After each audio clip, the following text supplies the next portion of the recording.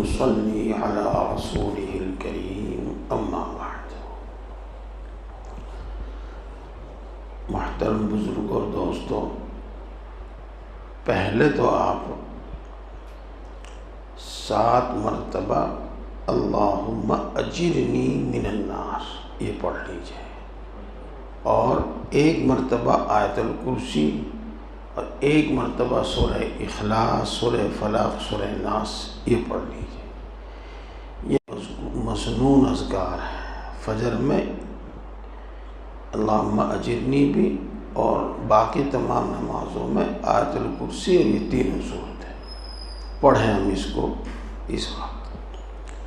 سے ایک دعا ہے، بسم اللہ الذی لا یضر مع اسمہ شیء فی الارض ولا فی السماء وہو السمیع العلیم۔ جن حضرات کے یہ دعا یاد ہے وہ اس کو 3 بار پڑھ لیں۔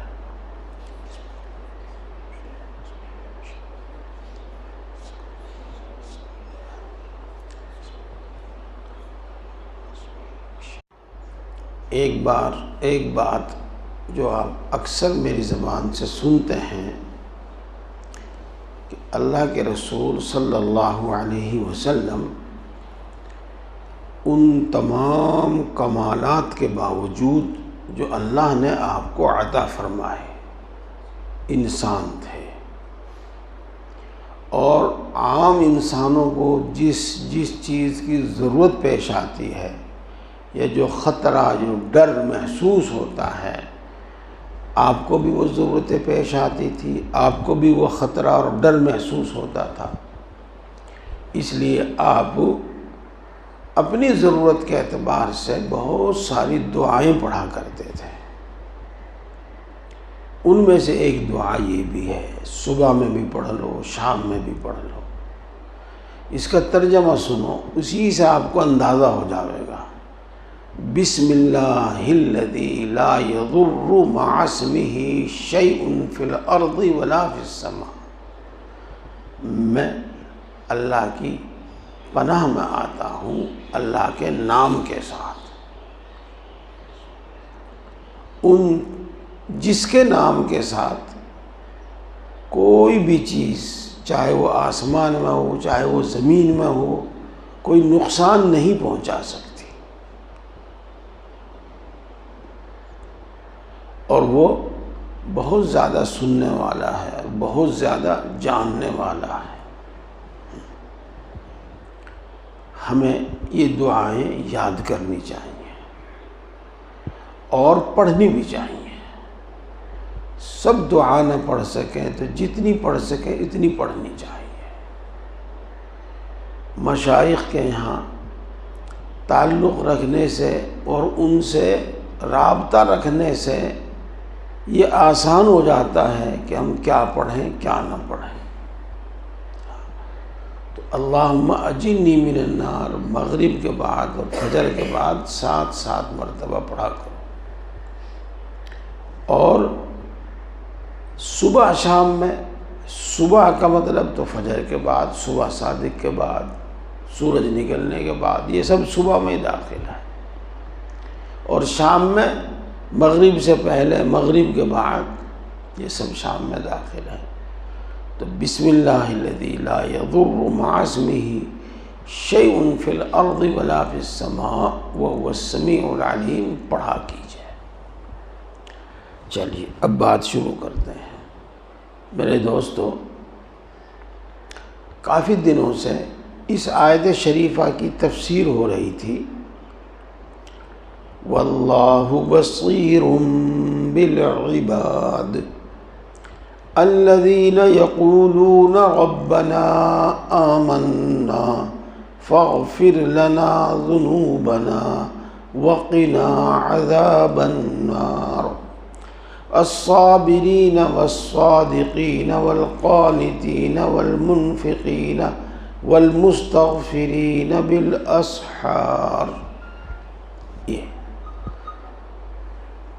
اس میں اللہ رب العزت نے اپنے بندوں کی صفات بیان فرمائی ہے، اور ایک ایک صفت کا بیان ہو رہا تھا۔ آج نمبر ہے والمستغفرین بالاسحار۔ اس کا مطلب یہ ہے کہ اللہ کے بندے سحر کے وقت میں، اور سحر کہتے ہیں رات کے آخری تہائی حصے کو، جس کو ہم کہتے ہیں صبح صادق سے پہلے، رات کے آخری تہائی حصے میں اپنے گناہوں کی معافی مانگنے والے ہیں۔ اس میں دو باتیں ہیں، ایک تو یہ کہ وہ اپنے گناہوں کی معافی مانگتے ہیں، اور ایک دوسری چیز یہ بھی ہے کہ اس کا وقت انہوں نے رات کا آخری تہائی حصہ منتخب کیا ہے۔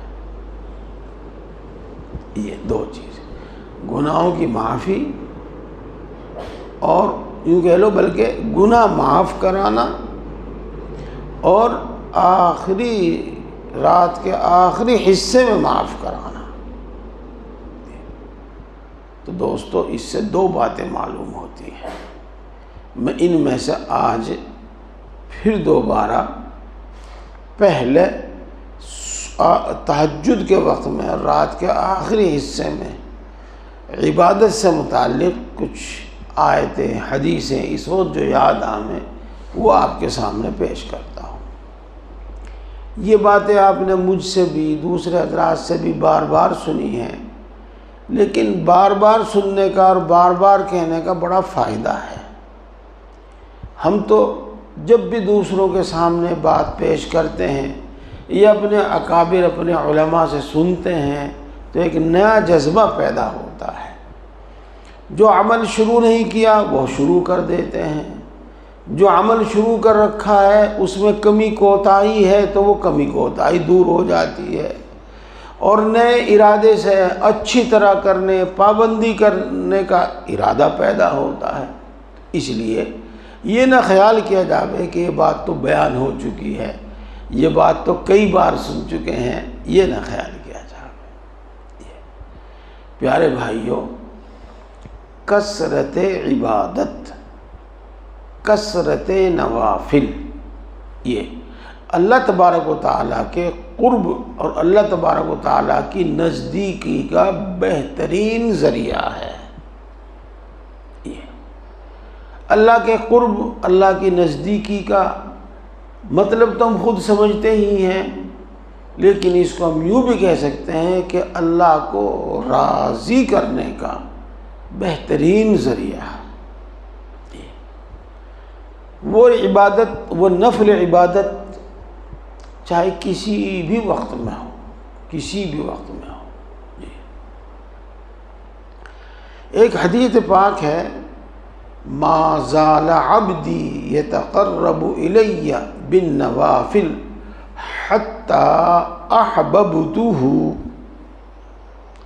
میرا بندہ نفل عبادتوں کے ذریعے میرا قرب، میری نزدیکی بڑھاتا رہتا ہے، میرا قرب میری نزدیکی حاصل کرتا رہتا ہے، حتیٰ کہ وہ میرے اتنا نزدیک ہوتا ہے کہ میں خود اس سے محبت کرنے لگتا ہوں۔ دیکھو کثرت نوافل، ہاں اس میں سب آ جاتا ہے، یہ اللہ تبارک و تعالیٰ کا محبوب بننے کا ذریعہ ہے۔ اب کثرت نوافل کسی بھی وقت میں ہو، کسی بھی وقت میں ہو، تو اپنے سے جتنا ہو سکے کثرت نوافل رکھنی چاہیے، نفع عبادت کی کثرت رکھنی چاہیے۔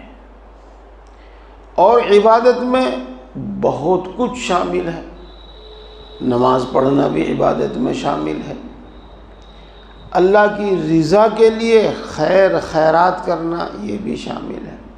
یہی کہتا چلوں میں کہ اپنے سے فرض نمازوں کے ساتھ ساتھ جس قدر نفل نمازیں ہو سکیں پڑھنی چاہیے، یہ کثرت نوافل میں آ گئے گا۔ اپنے سے جتنا زکوٰۃ ادا کرنے کے ساتھ، صدقہ فطر ادا کرنے کے ساتھ، قربانی ادا کرنے کے ساتھ جتنا ہو سکے نفلی طور پر مال خرچ کرنا چاہیے. یہ کثرت نوافل میں آئے گا، کثرت نوافل میں. اور اسی طریقے سے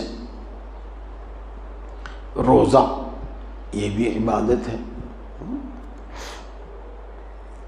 فرض روزوں کے ساتھ ساتھ اپنے سے جتنا ہو سکے نفل روزے بھی رکھنا چاہیے.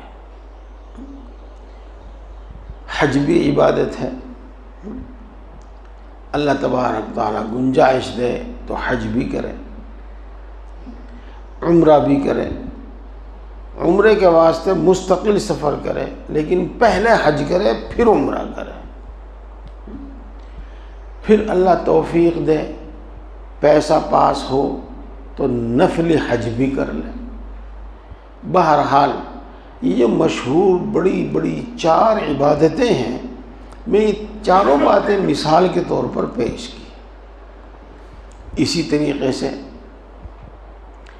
کثرت سے اللہ کا ذکر کرنا، وہ لا الہ الا اللہ ہو یا کوئی اور ہو. اسی طریقے سے کثرت سے استغفار کرنا، یہ سب چیزیں کثرت نوافل میں داخل ہیں، سب عبادت ہیں. درود شریف پڑھنا، کثرت سے پڑھنا، یہ سب نوافل ہیں. اب میں نوافل کی فضیلت سے پہلے ایک اہم بات عرض کرتا ہوں، اور اس کی طرف ہماری بڑی توجہ ہونی چاہیے. پہلی اور اہم بات یہ ہے کہ فرض کامل طریقے پر ادا ہو جاویں تو پھر کسی چیز کی ضرورت نہیں. یہ ہے. لیکن فرضوں کا کامل طریقے پر ادا ہونا یہ بہت مشکل بات ہے. اللہ کے رسول صلی اللہ علیہ وسلم اور اللہ کے دوسرے نیک بندے جو اللہ کی عظمت کو جانتے ہیں، وہی ہمیشہ فرماتے ہیں ما عبدناک حق عبادتک. جس طریقے سے آپ کی عبادت ہونی چاہیے ایسی عبادت ہم سے نہیں ہو سکی، ہم ایسی عبادت نہیں کر سکے. بہرحال فرضوں میں کمی کوتاہی ضرور رہ جاتی ہے. یہاں میں آپ کو ایک بات دوسری بتا دوں. جب فرض ادا ہوں گے اس کے بعد ہی کوئی نفل عبادت فائدہ دے گی، اور فرضوں کو چھوڑنا اور نفلوں کو ادا کرنا، فرضوں کو چھوڑ کر یہ سمجھنا کہ مغفرت ہو جاوے گی، یہ غلط فہمی ہے. یہ غلط فہمی ہے. ہاں، اس واسطے فرضوں کو کامل ادا کرنے کی کوشش کرنی چاہیے. فرض کامل کس طرح ہوتے ہیں؟ فرض کامل اس طرح ہوتے ہیں کہ اول تو ان کو فرائض، واجبات، سنت، مستحبات اور آداب کے ساتھ ادا کرنے کی کوشش کریں. اخلاص کے ساتھ، احسان کے ساتھ ادا کرنے کی کوشش کریں. دوستو، یہ بات زبان سے کہنا تو بہت آسان ہے، لیکن پابندی کے ساتھ اور مستقل طور پر ایسی عبادت کرنا بڑا مشکل ہے، بہت مشکل کام ہے. جی ہاں. اسی لیے ایک مرتبہ حضرت ابو بکر صدیق رضی اللہ تعالی عنہ نے حضرت رسول اللہ صلی اللہ علیہ وسلم سے عرض کیا کہ اے اللہ کے رسول، آپ پر تو بڑھاپا آنا شروع ہو گیا اور آپ کی داڑھی میں بال سفید ہو گئے. تو رسول اللہ صلی اللہ علیہ وسلم نے ارشاد فرمایا کہ مجھے سورہ ہود نے بوڑھا کر دیا. اور ایک موقع پر ارشاد فرمایا کہ مجھے اللہ کی اس آیت نے، قرآن پاک کی اس آیت نے فاستقم کما امرت، تو اس پر ثابت قدم رہے جیسا کہ تجھے حکم دیا گیا ہے، اس نے مجھے بوڑھا کر دیا. بات وہی ہے کہ جس طریقے سے اللہ کا حکم پورا کرنا چاہیے عام طور سے وہ انسان سے پورا ہو نہیں پاتا، نفسانی تقاضے سے، بشری کمزوری سے، کسی بھی بنا پر اس میں کمی کوتاہی رہ ہی جاتی ہے۔ چنانچہ ہم دیکھتے ہیں بعض مرتبہ بھاگتے دوڑتے وضو کرتے ہیں، اگر ہم نے وضو صحیح بھی کر لیا، مثلا سب اعضاء تین بار دھو لیے اور کوئی عضو سوکھا نہیں رہا، اب بھی تو وضو ناقص ہے۔ وضو میں کون سی سنتیں کی کمی رہ گئی، کون سے مستحبات کی کمی رہ گئی، یہ اب بھی تو وضو ناقص ہے۔ اب ایسا آدمی ہمیشہ کرے کہ قبلہ رخ ہو کر بیٹھے، بسم اللہ سے شروع کرے، وضو کی نیت کرے، تمام سنتیں اور تمام مستحبات کے ساتھ وضو کرے، ہمیشہ نہیں ہو پاتا۔ کبھی اپنی جلدی کی وجہ سے، کبھی وقت کی کمی کی وجہ سے، اور کبھی اپنی بیماری اور کمزوری کی وجہ سے، بہرحال کمی کوتاہی لازمی سی بات ہے۔ یہ بات میں نے آپ سے وضو کو مثال کے طور پر سمجھانے کے لیے بتائی۔ پیارے بھائی، بالکل اسی طریقے سے نماز میں بھی ہے، اور نماز کی غلطیاں بہت ساری ہیں، غلطیوں کا تو کوئی حساب ہی نہیں، صحیح کرنے کی تو کچھ حد بھی ہے اور غلطیوں کی تو کوئی حد ہی نہیں ہے۔ ایک غلطی سنیو آپ، جب بندہ اللہ کی طرف متوجہ ہوتا ہے تو اللہ بھی بندے کی طرف متوجہ ہوتا ہے، اور اللہ تو ہماری طرف متوجہ ہو گیا نیت باندھتے ہی، ہم ادھر ادھر کی سوچ رہے ہیں، حالانکہ نماز ہو گئی، نماز میں کوئی کمی نہیں رہی، لیکن یہ کتنی بڑی غلطی ہے کہ اللہ ہماری طرف متوجہ اور ہم اللہ کی طرف متوجہ نہیں ہیں۔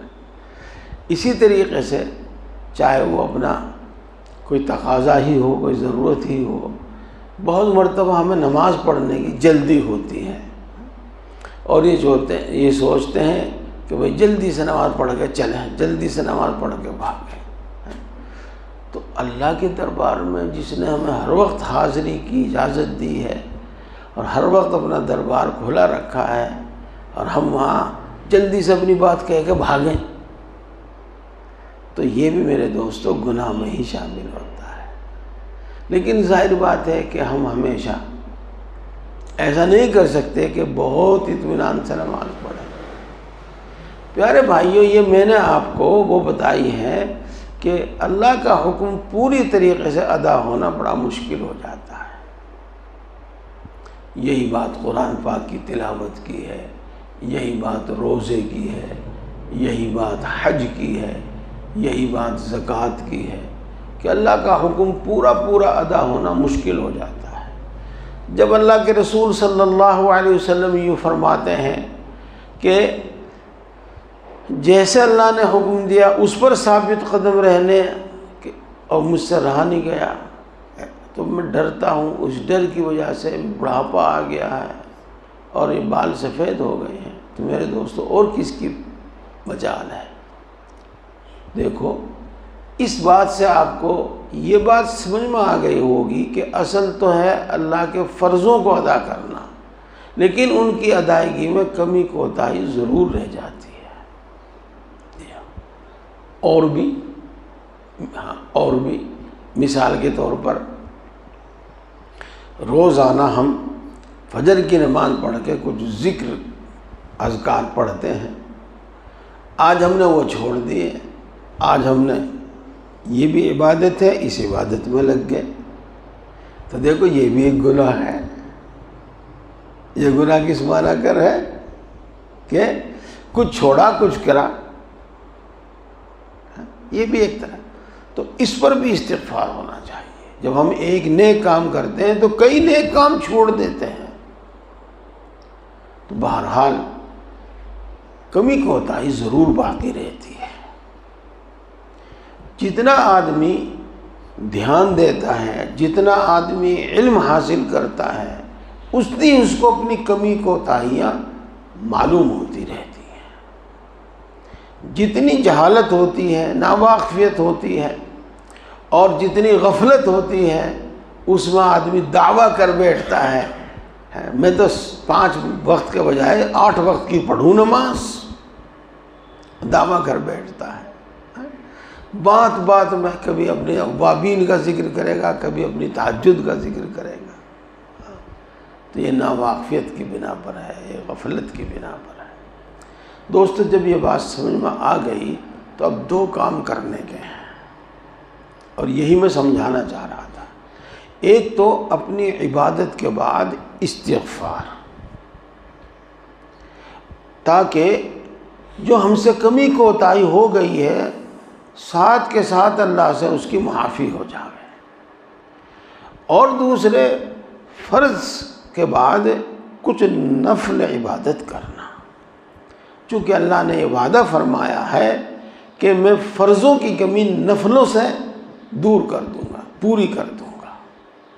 تو اب آپ کو اس آیت شریفہ کا مطلب بہت اچھی طرح سمجھ میں آیا ہوگا، والمستغفرین بالاسحار، وہ سحر میں اللہ کی عبادت بھی کرتے ہیں، اور اللہ کی عبادت کے ساتھ وہ استغفار بھی کرتے ہیں۔